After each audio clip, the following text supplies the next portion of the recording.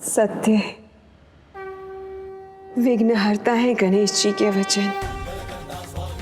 मेरे कर्म, मेरे पाप कर्म मेरे और इस संसार के लिए विघ्न बन गए थे, लेकिन गणेश जी ने मुझे उचित मार्ग पर लाकर, मुझे सत्य कर्म के मार्ग पर लाकर उस विघ्न को दूर कर दिया, मुक्ति दिलाई उन्होंने मुझे। आप महान है गणेश जी। अब देवी वृंदा को प्रभु नारायण के चरणों में स्थान प्राप्त होगा। नारायण बहुत दयालु हैं। भक्तों ने भले ही भूल जाएं, किंतु वो अपने भक्तों को कभी नहीं भूलते। उनकी दया दृष्टि तो सदैव अपने भक्तों पर बनी रहती है।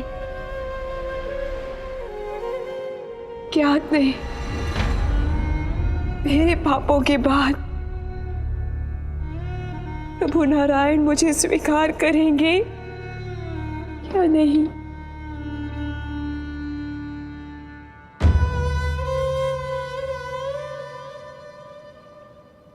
शान्ताकारं भुजगशयनं पद्मनाभं सुरेशं विश्वाधारं गगनसदृशं मेघवर्णशुभांगं लक्ष्मीकान्तं कमलनयनं योगिभिर्धान्यगम्यं वन्दे विष्णुं भवभयहरं सर्वलोकैकनाथम्।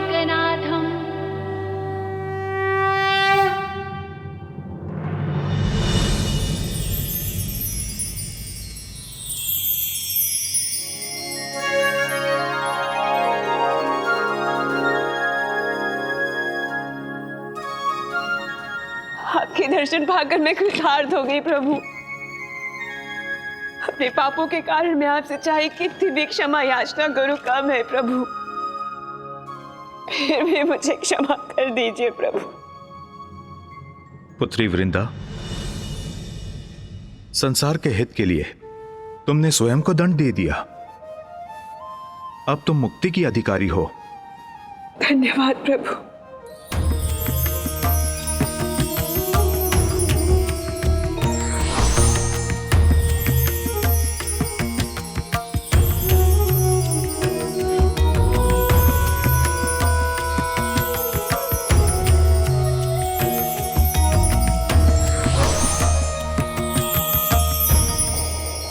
क्षमाशील हैं, महान है नारायण। आपको शत शत नमन मामा जी। मूषक जी चलिए अब शीघ्रता कीजिए, हमें शीघ्र कैलाश पहुंचना चाहिए। जी प्रभु।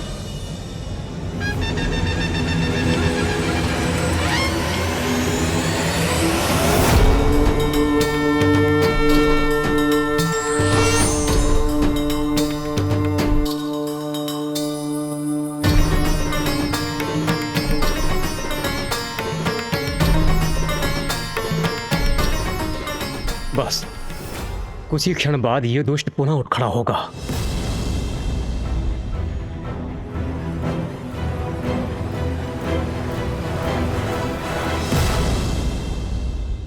आप सभी इतने चिंतित क्यों हैं?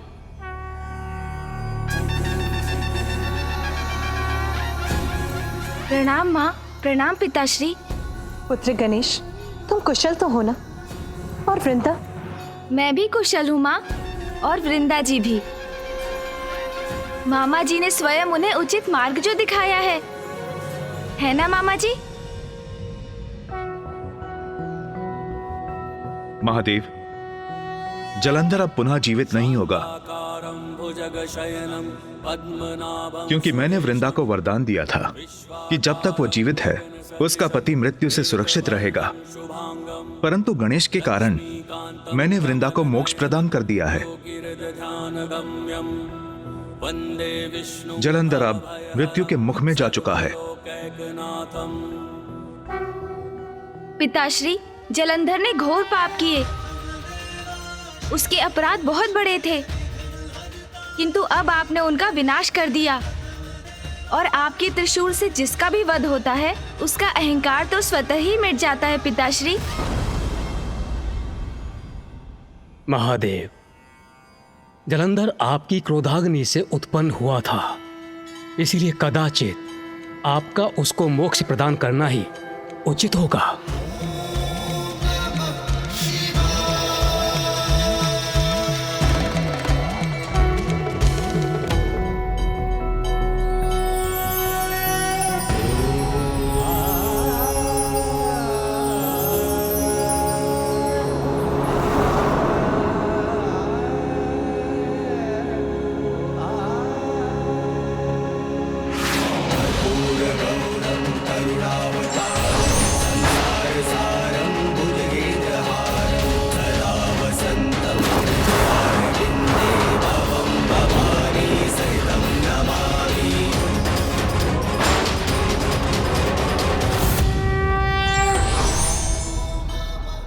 महादेव।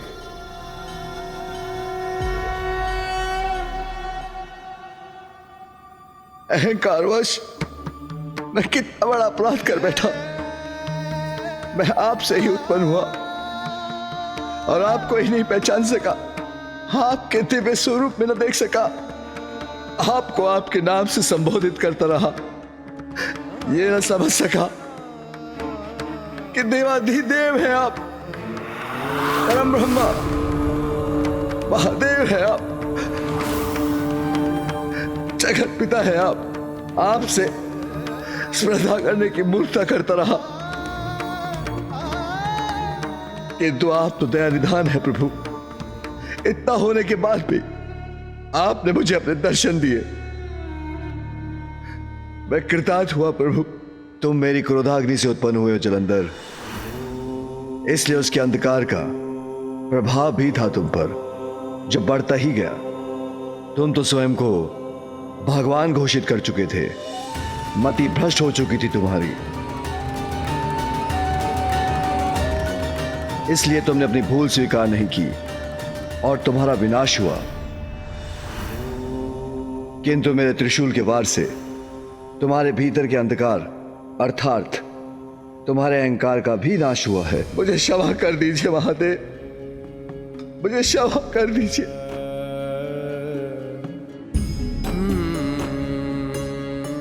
मैं कुमार कार्तिकेय और गणेश जी से भी क्षमा याचना करता हूं प्रभु। उन्होंने मुझे सत्य दिखाने की चेष्टा की, मुझे समझाने का प्रयास किया, किंतु अहंकारवश मैं कुछ न देख सका प्रभु। किंतु जिस पर अहंकार हावी हो सकता है, वो भला सत्य कहां देख सकता है। मैंने अहंकारवश इनके साथ भी बुरा व्यवहार किया, मुझे क्षमा कर दीजिए, मुझे क्षमा कर दीजिए प्रभु। महादेव मुझ पर एक कृपा कीजिए। मैं आपकी क्रोधाग्नि से उत्पन्न हुआ हूं, तो पुनः मुझे अपने भीतर समाहित कर मुक्ति दीजिए प्रभु। जलंधर, जो तुम्हारे पापों का आधार था, तुम्हारे उस अहंकार को मैंने मिटा दिया। अब तुम्हारी आत्मा को अपने भीतर समाहित कर तुम्हें मोक्ष प्रदान करूंगा। महादेव की जय, महादेव की जय, महादेव की जय।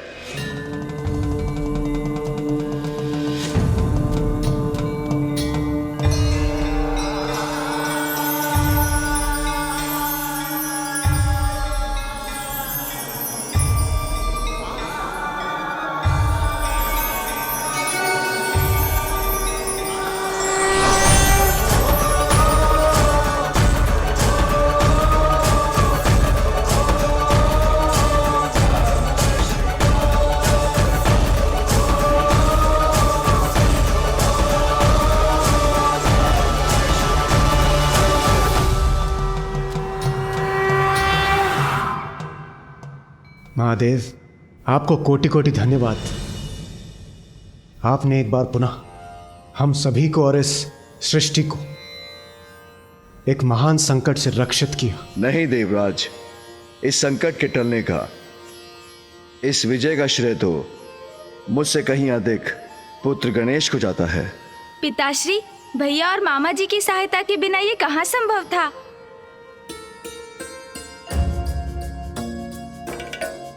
और देवराज इंद्र के साथ अन्य देवताओं ने भी हमारी योजना में पूर्ण सहयोग दिया था। सम्मिलित शक्ति और उचित युक्ति से ही हम इस संकट को पराजित कर सके। प्रथम पूज्य गणेश की जय, विघ्नहर्ता श्री गणेश की जय, पार्वती नंदन श्री गणेश की जय, प्रथम पूज्य श्री गणेश की जय। माँ, आपके आशीर्वाद से ही तो मेरी सफलता है। पुत्र, मेरी भी यही कामना है। विघ्नहर्ता, तुम इसी प्रकार संसार के सभी विघ्न दूर करते रहो। जलंधर सृष्टि के नियमों को उलटने पर तुला था, सृष्टि का सर्वनाश करने चला था, किंतु प्रथम पूज्य गणेश जी, आपने उसके अंत का उपाय कर हम सभी को एक घोर महासंकट से बचा ली। देवराज इंद्र, मैंने तो मात्र अपना कर्तव्य निभाया, वही किया जो धर्मोचित था। किंतु हमें स्मरण रखना चाहिए कि भैया ने भी इस कार्य में मेरी सहायता की। वे इस समय अवधि तक शांत रहे, क्रोधित नहीं हुए वो, तभी तो हमारी युक्ति सफल हो सकी।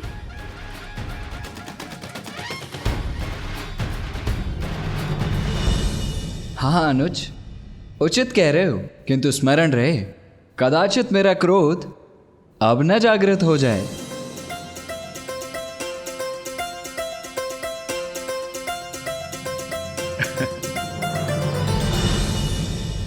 त्रिदेव, माता पार्वती, प्रथम पूज्य गणेश जी, हम सभी को अब प्रस्थान करने की अनुमति दीजिए। नारायण नारायण।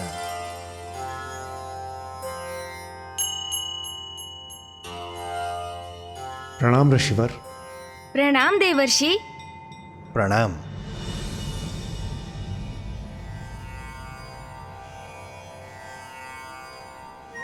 आज्ञा? अभी देवराज, ये कुछ अनुचित कर रहे हैं आप आज। मैं अनुचित कर रहा हूं? किंतु मुझे ज्ञात ही नहीं है कि मैं क्या अनुचित कर रहा हूं। देवऋषि, कृपया शीघ्र बताइए क्या अनुचित हुआ है मुझसे। देवराज इंद्र, जब संकट आप पर कोई छाता है तो प्रथम स्मरण आपको महादेव और प्रथम पूजनीय गणेश जी का ही आता है। तत्पश्चात आप भागे हुए यहाँ आते हैं और जैसे ही गणेश जी वो संकट मिटाते हैं, उसी क्षण आप पुनः लौट के भाग जाते हैं। ये परमार्थ नहीं, ये तो स्वार्थ है।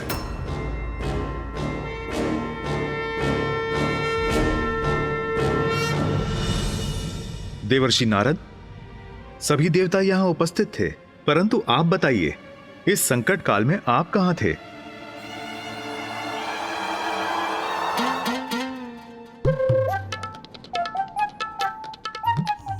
नारायण नारायण।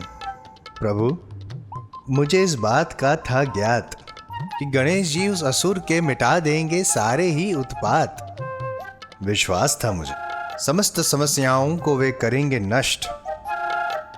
इसी कारण अन्य कार्यों में मैं था व्यस्त। व्यस्त? अच्छा, तो बताइए देवर्षि, किस कार्य में व्यस्त थे आप? अति महत्वपूर्ण कार्य था महादेव। हमारे विघ्न हरते हैं जो सदैव, उनकी उचित हो अर्चना, इसीलिए उनकी स्तुति की मैं कर रहा था रचना। देवर्षि, मेरी स्तुति?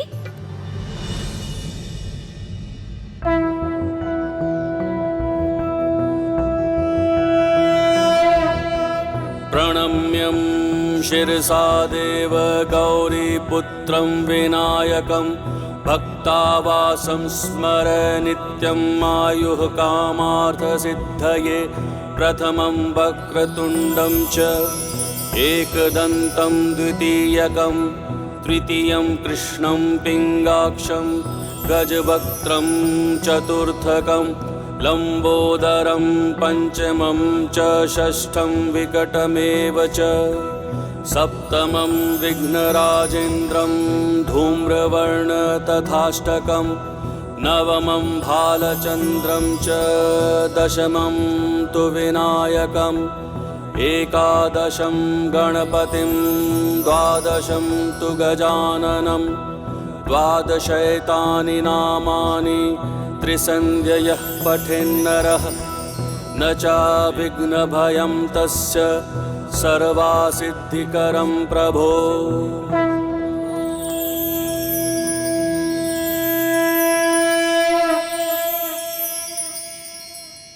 अद्भुत, अति सुंदर।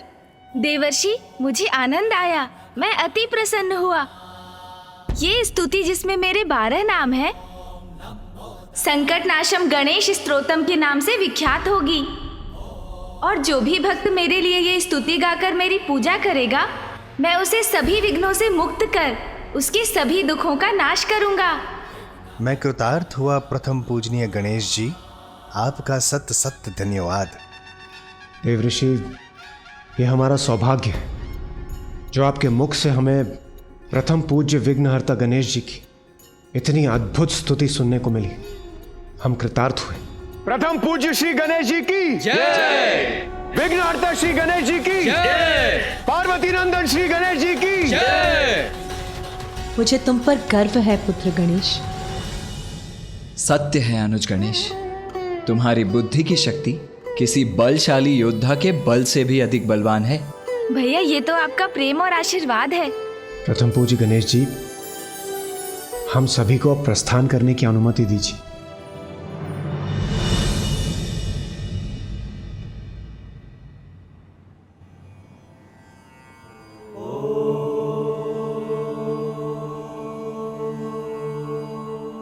प्रणाम पिताश्री। आपने मुझे स्मरण किया पिताश्री। हाँ गणेश, जलंधर का तो वध हो गया, किंतु जो शेष है उसका भी अंत होना चाहिए।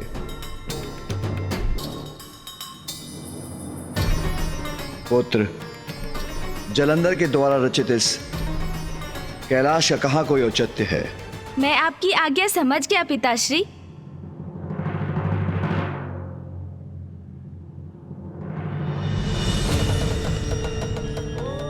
संसार में जो भी मिथ्या है उसका अंत होगा, तभी तो सत्य सभी के समक्ष उजागर होगा। कोई कितना भी बड़ा भ्रम उत्पन्न कर दे, किंतु सत्य तो सत्य है, और सत्य यही है कि समस्त ब्रह्मांड में महादेव एक ही हैं और एक ही है उनका कैलाश।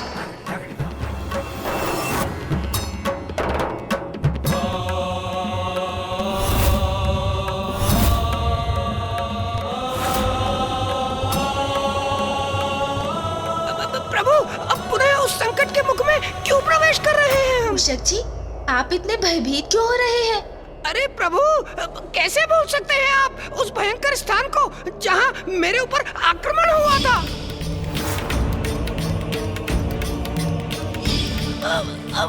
वो तो मैं अपनी गति, अपनी कुशलता से हम दोनों को यहाँ से सुरक्षित निकाल कर ले गया था, अन्यथा। मुझे ज्ञात है मूषक जी, किंतु अब तो देवी वृंदा को मुक्ति भी मिल चुकी है, इसीलिए अब चिंता का कोई कारण ही नहीं। उचित है प्रभु, किंतु ऐसे स्थान पर लौट कर जाने की क्या आवश्यकता है? उस मिथ्या कैलाश को नष्ट करने मूषक जी। ओ, जो आज्ञा प्रभु। शुभ कार्य में तो तनिक भी विलंब उचित नहीं। मैं आपको अति शीघ्र वहां पहुंचाऊंगा।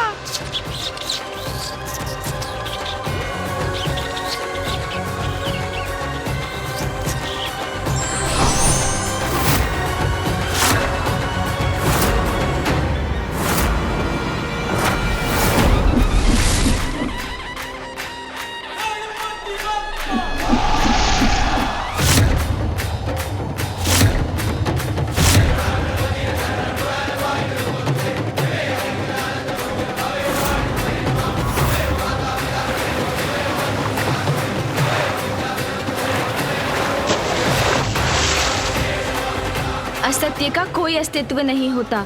मिथ्या कैलाश का जहाँ से उदय हुआ था, अंत में वो वहीं समा गया। ये कार्य तो संपन्न हुआ मूषक जी। चलिए अब कैलाश लौट चलते हैं। जी प्रभु।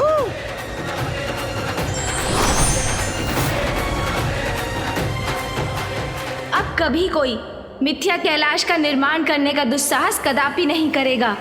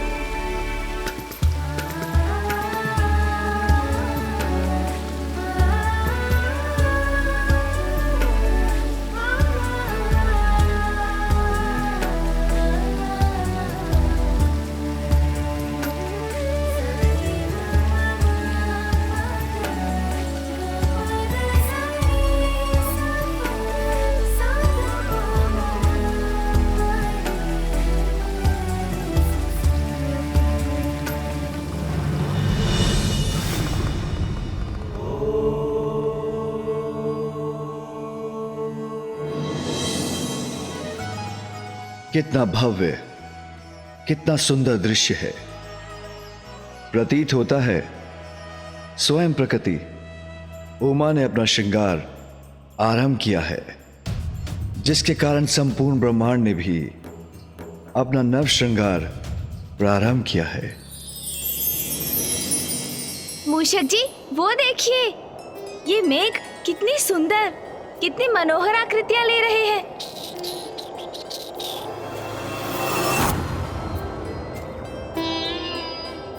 हाँ प्रभु, और संपूर्ण वातावरण में इतनी मनमोहक सुगंध भी छाई हुई है। हाँ मूषक जी, ये सुगंध इन सभी नवीन पुष्पों की ही है।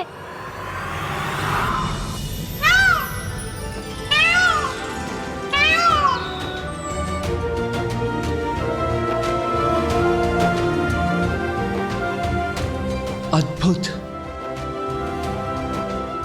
इतना सुंदर जलप्रपात।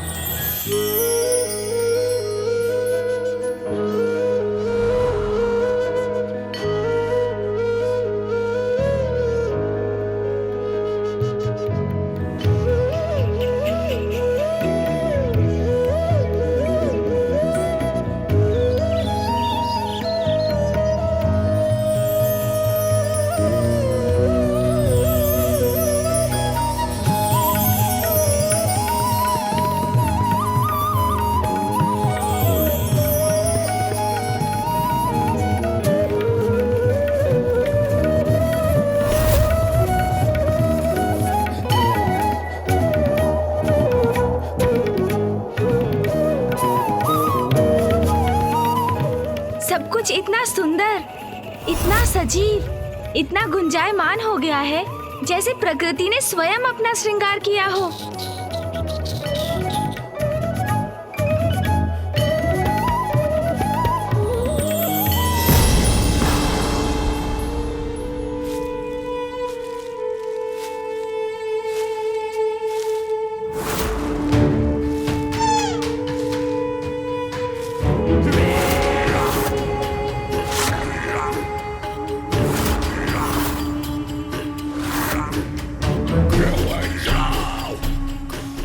ये मृग बड़ा स्वादिष्ट होगा। बहुत आनंद आएगा इसका आहार करने में।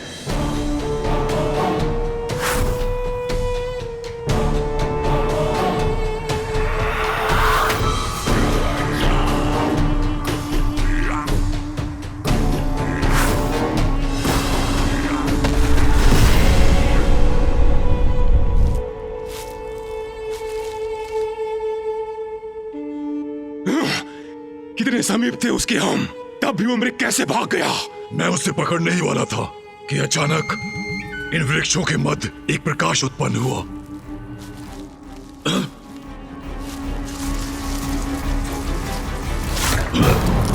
पुनः वही प्रकाश।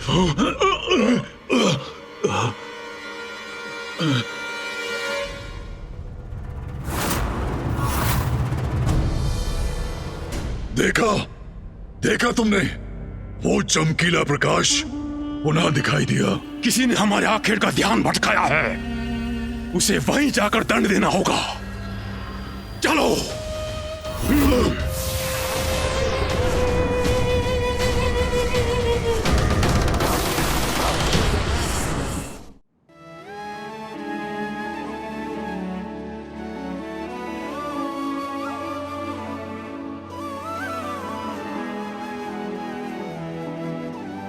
अब मैं स्वयं स्वामी के लिए ये फल लेकर जाती हूँ।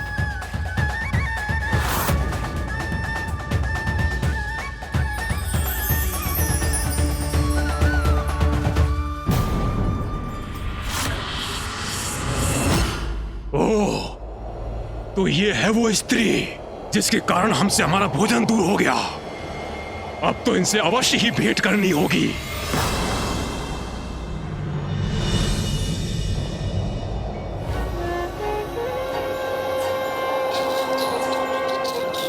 मूषक जी, संपूर्ण वातावरण कितना निर्मल, पावन, सौंदर्य से परिपूर्ण है ना आज।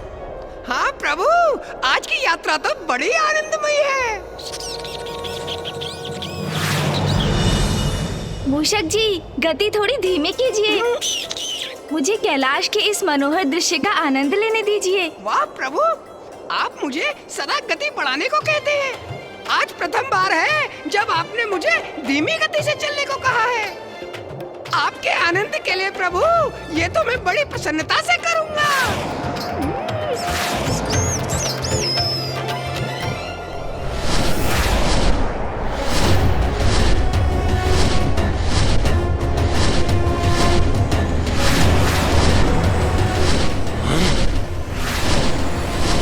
वो आकाश में क्या था? कुछ नहीं, मात्र एक मेघ है। कोई पक्षी होगा।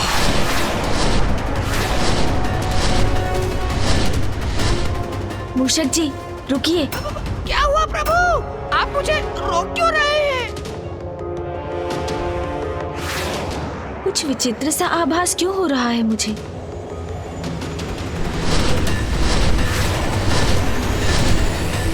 मूषक जी, यहाँ नीचे उतरना होगा आपको। जो आज्ञा प्रभु।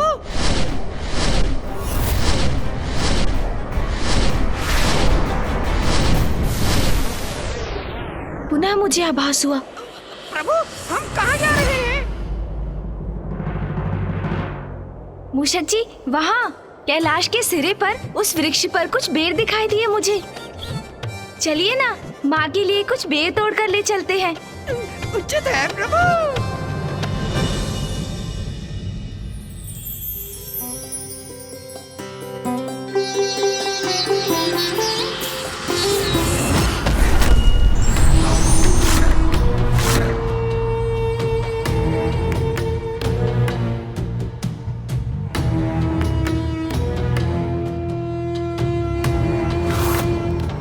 कहाँ गई वो स्त्री? मुझे तो यहाँ कोई दिखाई नहीं दे रहा। कौन स्त्री?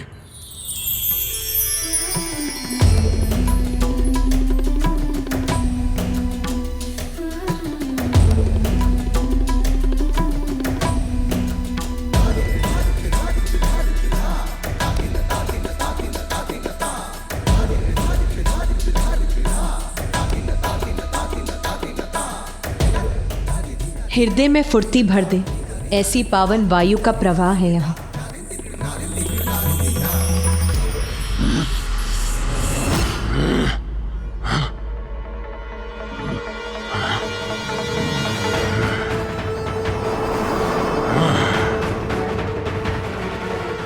अद्भुत।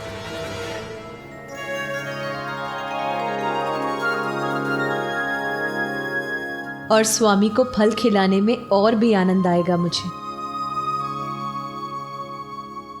अभूतपूर्व सौंदर्य है इस स्त्री का। असाधारण, असाधारण रूप है इस देवी का।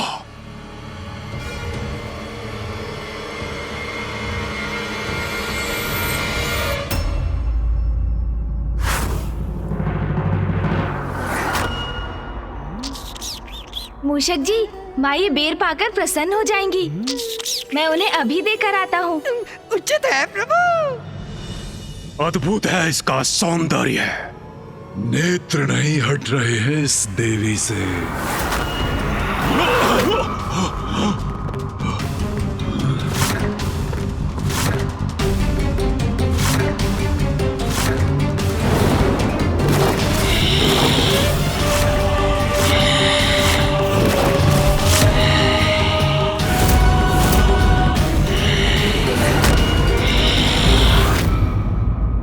असुरी अंधकार का चक्र कभी समाप्त नहीं होता, किंतु सत्य सदैव उसके अंत के लिए तत्पर रहता है।